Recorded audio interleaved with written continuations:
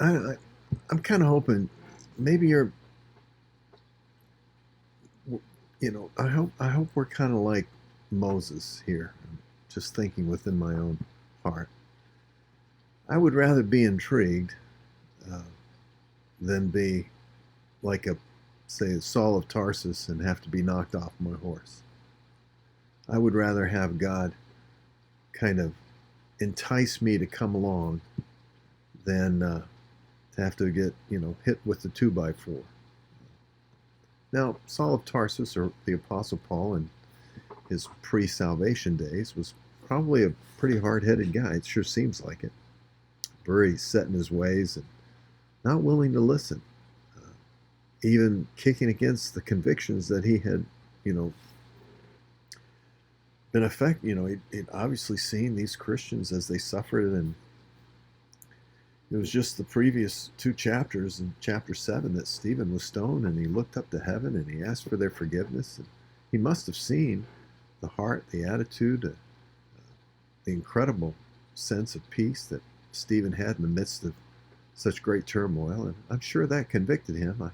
I doubt that he possessed such a spirit. In fact, I think that's why it says there in Acts chapter 9, the early verses there, that uh, he was kicking against the goads. He was being challenged in his conscience, and he was kicking against it. He was a hard-headed guy, kind of like you and me in many ways.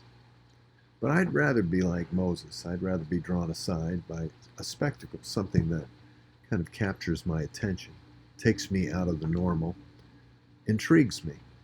How can this be? That there's a bush, it's on fire, but it's not being consumed. It's intriguing. And then to hear the voice of God because I drew aside. Now, for all of us, it's really only two options. We can live in a kind of structured, legalistic uh, relationship. Many of us are this way in terms of our personality and our life. Everything is structured. We don't like a lot of change. We, don't want anything to, break the pattern. And here comes God. And he calls us out of the norm and asks us to turn aside, just take a look, be intrigued. I think spirituality is really all about this, being intrigued. When you listen to a message, are you intrigued with what you're hearing? Is there some aspect of it the Holy Spirit is calling you to? We talked last devotion about being called out of darkness and into his marvelous light, that this is what God is doing. He's showing us things. Are you intrigued?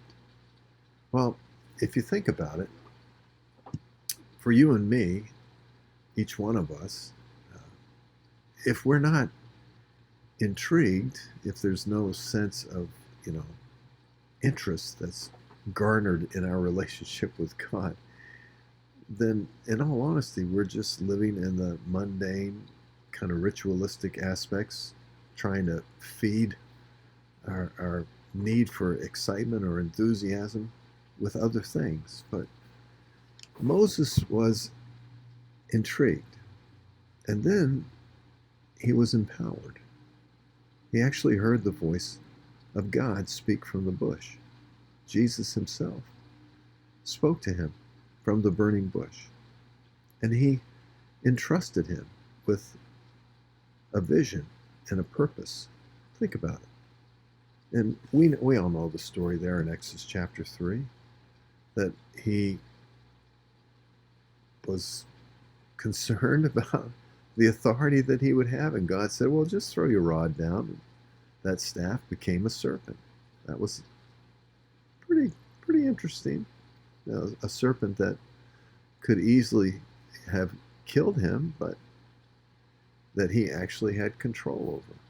I think it speaks to the fact that you and I, when we draw aside and we're intrigued by the things of God, we have a greater degree of authority over our old nature that has had quite an impact, a destructive impact on us in many ways. But then you'll notice in that chapter that he said that I have a speech impediment. I can't really speak well. God said, that's okay. You got a brother here. He's just coming to see you. And you know what? God always has a provision for any weakness that you and I might have. If He calls us, He provides. That's what we know. He always provides. So let's trust Him today. Let's just be intrigued. Whether it's a devotion that you hear and it intrigues you, you want to go look at that. And the Holy Spirit says, I want you to think about this.